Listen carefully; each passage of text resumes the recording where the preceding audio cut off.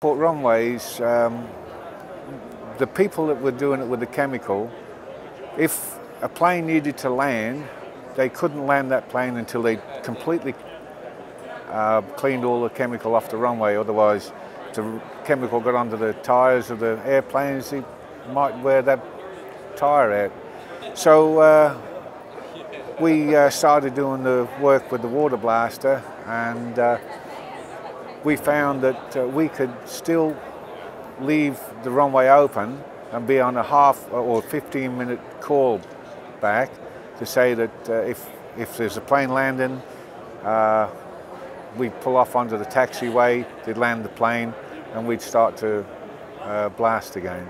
So they don't even have to shut the airport to or shut down that runway for us to do the work, providing they're not coming at 5-minute intervals. This is of a night time, but we can still land planes while we're doing the job.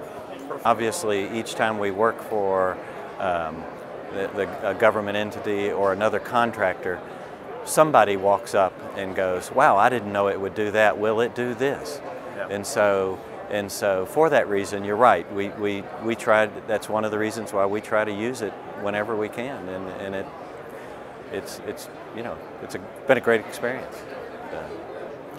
Well, we've been watching the water blasters since they first came out a number of years ago, and we've always thought it was a great idea, but we were waiting for a machine that would work more than it would be in the shop, and you guys made the leap, and we haven't seen another one yet that has made the leap, which is good. So for us, because it reinforces our purchase. So and we're glad that we did. When we first heard about the Stripe Hog, we thought, nah, it's just another gimmick again. We thought he couldn't do what he does. So we thought, well, we'll get Florida, have a bit of a holiday if it doesn't work out. And once we've seen the thing in operation, we virtually put a deposit on it straight away, brought it back home, and we've never looked back ever since. It's done a tremendous job for us. Well, airports, before we bought the machine into Australia, most of them used to use shot blasting. And first time we got onto the airports, the people, the authorities there just went, wow. They couldn't believe the finish we were getting compared to what they used to get. And same thing, they always insist that we come along with the water blaster, take all the lines off, because the finish is so much cleaner and faster. And then the rubber removal, they've always commented to us we're about 100% faster than anything they've had before. And the friction test was beyond what they expected or what they ever used to get. So there's always been a good result.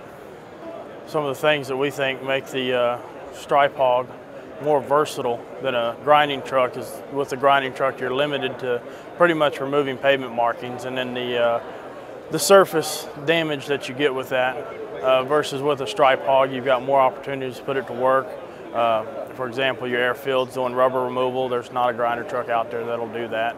Your finished product, when you're taking up, get people very excited. We've gotten lots and lots of responses from the DOTDs that are tired of seeing the trenches dug in the ground by people that really don't know how to use these trucks. And then even if you do, they are limited because of their mechanical process for taking it up. Grinders are dying, and water blasting, water removal is the leading edge, and it's pretty much why we chose to go with it. It's the way of the future. These grinding trucks are getting spec'd out of more and more states, and for a few years they tried changing the names and calling them flail removal trucks, but they still are what they are, and they still do what they always have done, and it puts a very aggressive damage, and a lot of times it's very conflicting for a motorist. They can still see exactly where the old line was. Whereas with the Stripe Hog, with just a few days of regular traffic on it, it's back to being just as dirty as other surfaces, and you can't tell where it was. So we're getting great response from that. Hydroblasting, we used last 2 airports, which we have done it in Oman. and we have find the good result from the hydroblasting because it's not taking it too much time to remove the rubber from the surface.